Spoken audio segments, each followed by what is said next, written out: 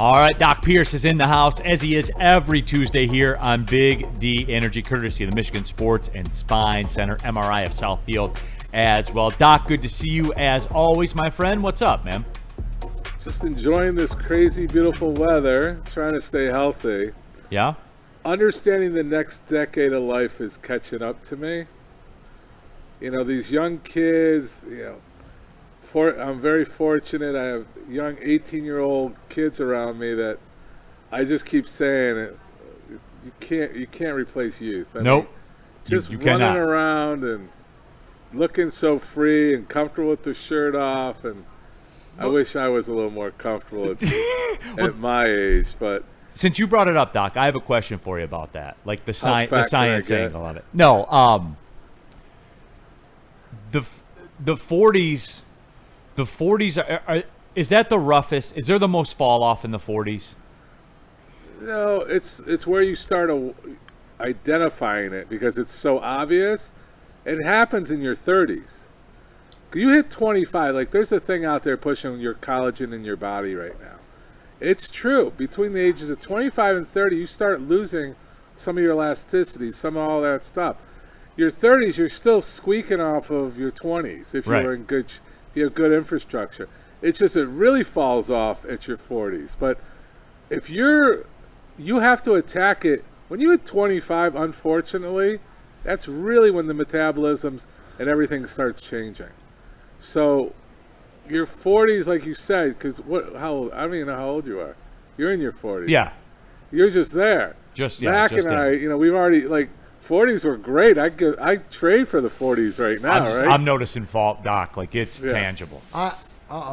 It's Mac, I'm different, dude. I felt way worse in my 40s from what I did to myself. And I did. And I feel way better. As you always say, D-Mac, you're not a good case study. We got to take off the asterisk on I'm those not things. a good case study. Dude. I got all that garbage out of the way. Well, you always tell me I'm not a good case study for that, for the 40s. I'm not a good case study for contract holdouts, the business side of the stuff. I'm not a good case study. So I'll give you credit I'm for a good learning curve. How about that? There it is. I'm a good learning curve. Thank you, Doc, as the person who's used me probably as the biggest case study. What I really try to push, I talk to the young kids now, and they don't get it. And I even tell them, I'm like, and for viewers, whatever decade you're in, the next one's harder, unless you did have medical, you were disrespectful to your body, you weren't healthy. I mean, there's a lot of guys I woke up in the street one day, and it's just it hit me. I need to make a difference. Those are the 25%. The 75 that just kind of just roll along, do their job, do their routine, been at the job for 20 years now. And just your nature, you're gaining 5 pounds a year if you do exactly the same thing. That means with no improvements. Yeah. So if you just keep everything level, you're gaining 5 pounds, right? So you got to do something every decade or every year to keep those 5 pounds off. That's 50 pounds from 30 to 40. So that's crazy. Yeah. You have to be I don't know what the brick in the face is to stay healthy, or if you want to stay healthy. America's not accused of being a healthy environment. No. For a lot of reasons, but we're not a political show, so we're not going down that route. It's just you talked about the loss of elasticity, and that's what I'm noticing because I stay in pretty good shape. I run a lot, and I feel like I eat properly. I didn't for a long time in my life, but I do now, and I feel good. It's just how constricted everything is, and it's very sad. You know what I'm saying? It's sad. It's sad, but some of those TikToks that we're starting to put out or Instagrams, the Asian way, the Eastern medicine, the movements, slow movements of the joints, it's lubricating. It does work. You feel like a goofball doing it sometimes. Yeah. I mean, let's be honest. But the movements of Tai Chi, the movements of Pilates, movements of life, movements of sitting at your desk and putting your arms above your head is a relief. What you're doing, and I wasn't ready. If you guys are ready for it. We're just riffing right now, yeah. You're looking at gravity, okay? If we really go scientifically, gravity, for us to hold this position, you're fighting gravity to stay upright. Okay, so your bodies are firing right now. millions of things are firing in your body to hold the position that you're holding. Yeah. The smirk on your face, the grin, the tone, the muscle tone. But what's going on is if you don't move, you get an overload of that firing patterns. There's firing patterns in your body to hold you upright. That's why when you move and break it, it resets. It's all about resetting. Resetting life, getting a reset button.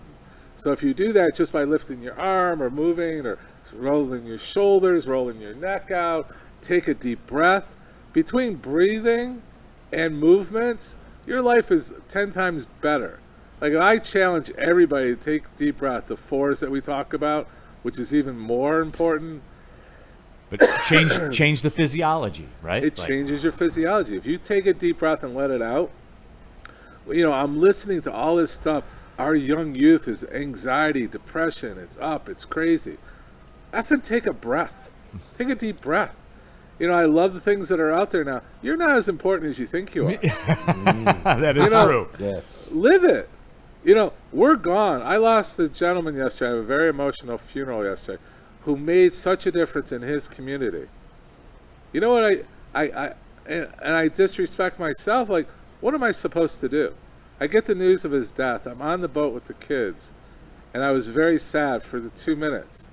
But then there was a boat coming at us, and I had to get my kid up to go. I mean, it just puts it in such perspective. As much as we want to crap about sports and athletes, what are we? Don't be so full of yourself. Live in the moment. Like, really live in the moment. I mean, don't worry. The anxiety. Take a breath. It's okay if you're there. It's all going to be all right, man. Huh? I'm getting too deep. No, you're going to be You are. Yeah, Like, you are going to be okay. Yeah. If you're not, live that moment that you're living it. The sun's going to rise tomorrow. Sun goes up. Like, this gentleman died who made such an impact, like, financially, helping people that had no money get through heart attacks and strokes and medical issues. This man was like, he was Santa Claus. He paid for things. Okay? We all went about our day.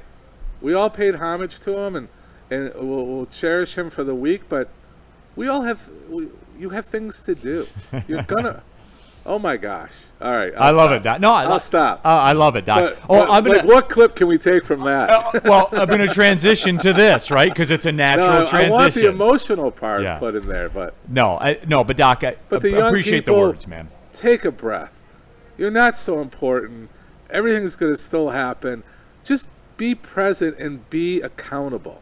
Stop making excuses. Doc's saying enjoy the journey. Yeah, that's it, man. The journey is not the destination. That's a DMAC. DNCENT, brother. I can't imagine being 50. I'm 26 and I feel like I'm 90. Baldwin, 810 in the super chat. I'm late with this, but rest in peace, Miami Northwestern High School. I'm a daily watcher, but I have to watch a show after hours.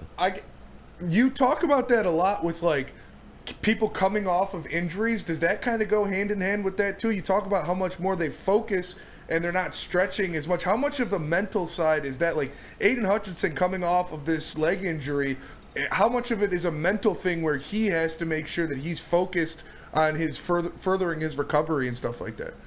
I think a guy like Hutchinson is going to be locked, right? He's locked in. He's very mechanical.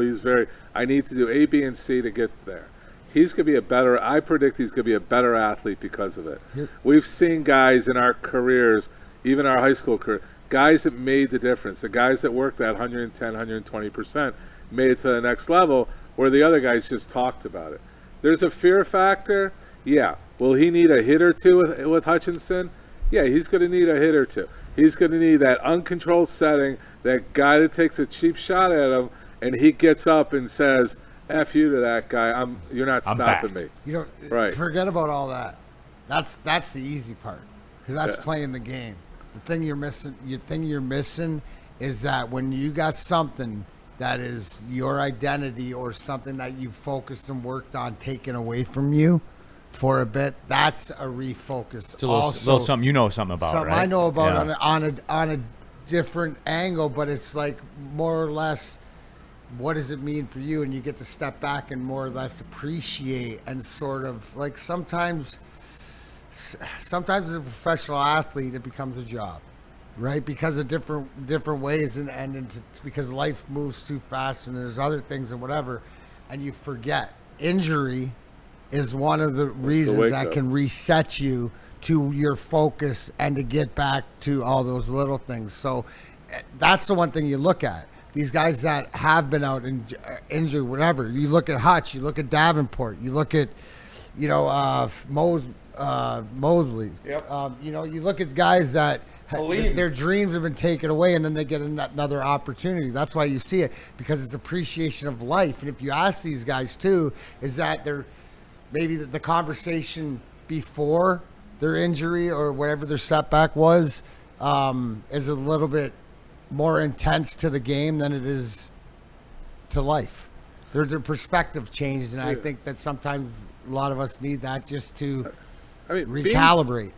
Being close to the alumni, both with the Red Wings and with the NBA, you look, they're unfortunate sometimes, and that's what they try to teach, is that they realize how great. It's like, Doc, I got paid to play in a game. I got paid to play a game. How hard was my life? Right. I think about that all the time. And sometimes they're caught in it. You are worth $250 million. Like, this is it's outrageous. Like, I watched Trump's granddaughter get an NIL on for an energy drink today, and she's on Fox News. I mean, like, how crazy is this going right now? Not to get political. But no. Well, I mean, just drop it in there. Yeah. Well, the SEC was talking about, are they going to take private equity money? Like it is. It's absolutely wild. Money. The dollar is driving the morale. Our moral curve is changing drastically for the dollar, and that's. Well, I'll shut up. Woodward Sports, Doc is spitting truth right now, so it's resonating. It's resonating with the people, Doc, as it always does. Okay. What we were going to get to, because I'm dead curious about. I was watching UFC with my son. Yes. And I've always thought this, but I never thought Brutal. to ask you about it, that we talk to every week, which is wild. This didn't happen in UFC, but Spenny's got a clip here. Yeah. All right. And this is like a fight injury. Yeah. It's pretty gruesome. Some Muay Thai fight. Yeah. The guy threw a back shoulder, a back elbow. Back elbow. Yep. Spinning back elbow, Yep. right? So, So Spenny's going to run this right now. And we'll get a chance to see it. Doc will get a chance to see it. And I just got to know, like, what happened. So, there we go. He throws it. Oh, that shit is, oh my. Boom. Like his elbow spins around inside of his arm right there. That's this. Oh. So it looks like it got blocked or it landed, one of the two. But there you see his elbow literally spin around his arm. So it got blocked. My man kind of pushed him off. But yeah, look, see. It looks like he blocks it with his forearms. And he pushes off, and then, this is kind of related to Hutchinson's injury, where he was spinning around. Okay. His arm was at a disadvantage. You're looking at the humerus. You're looking from the bone from the shoulder down to the elbow, which looks like that's what he broke, almost like a spiral fracture. So what does that mean? I mean, I don't. It looks like a compound fracture at least, but you have a spiral fracture where there's multiple fractures within, and it's just you're hitting a solid object, right? And you're whipping that motion, right? It's that whipping motion. He put his humerus at a disadvantage, where he either blocked it with both of his forearms or his skull. I can't see if it is forearms or skull. I think it was his forearms. Yeah, it looked like the arm. Yeah, but I think they were saying the skull is stronger than the bones. Yeah, the skull. That's why you can have this certain thing. The skull is very hard to crack. It's made to cover up our most important part of our body, our brain. But it's a disadvantaged moment, kind of like what Hutchinson was, spinning in that motion where his foot wasn't planted, the other person was planted, more in a protective moment, and you're hitting. It's like we said, we take a tree and just do a branch, like whip a branch against it. That branch is usually going to be what gives. So crazy. So basically a leg injury in the arm. More or less. What is that? Hutchinson is probably more famous for what we understand, but you're bracing, you're putting that humerus, which is from here to here, and it looks like you have plenty of muscle, but if you hit a certain part, if you feel the back of your tricep, you can push down to your bone, where on the bicep side, your muscle is pretty protective. Yeah. Right? When you tricep out, you're closer to the bone, and the bone's more exposed. Was that his like elbow? Did it like, fully dislocate? Like what? How did it spin around in a circle like that? I don't. That's what I'm saying. It might have been a Yeah. spiral fracture where it broke continuously and it's separated because it's one bone versus your forearm. There's two Yeah. bones, right? So we'll look into it more. I'll look at it more. But Yeah. at a quick look, that's kind of what I take away from it. I want to watch UFC with Doc one time, man. Oh yeah. Oh, I can't. yeah, They UFC asked me to stuff. be a UFC doc at the Palace. Yeah. You know, when I was covering everybody, they're like, "You want to do UFC?" I go, "No." You're not interested. Huh? I'm like, first of all, I don't really want to work at these events. I want to be there for in case. At a UFC, at a boxing, you're working because the goal is. The funniest thing is people don't realize unconscious. He was unconscious. Do you understand what knocking somebody out is? You're knocking them unconscious. That's a concussion. Yeah, literally. It's a an concussion. active concussion. Like, hopefully in my sports we don't encourage it, but boxing, UFC, all these things, you're looking to knock the guy out. Absolutely. Well, Doc, we appreciate you stopping by. For Crazy real, today. everybody. We've got to know Doc. You've gotten to know Doc because he's been coming on this show for a very, very long time, man. And he's showing you, like, Michigan Sports and Spine Center. You know, if you're getting old and inelastic and all that kind of stuff, which we all are, That's right. stop by and see him, We man. want injury prevention for the young athletes. too.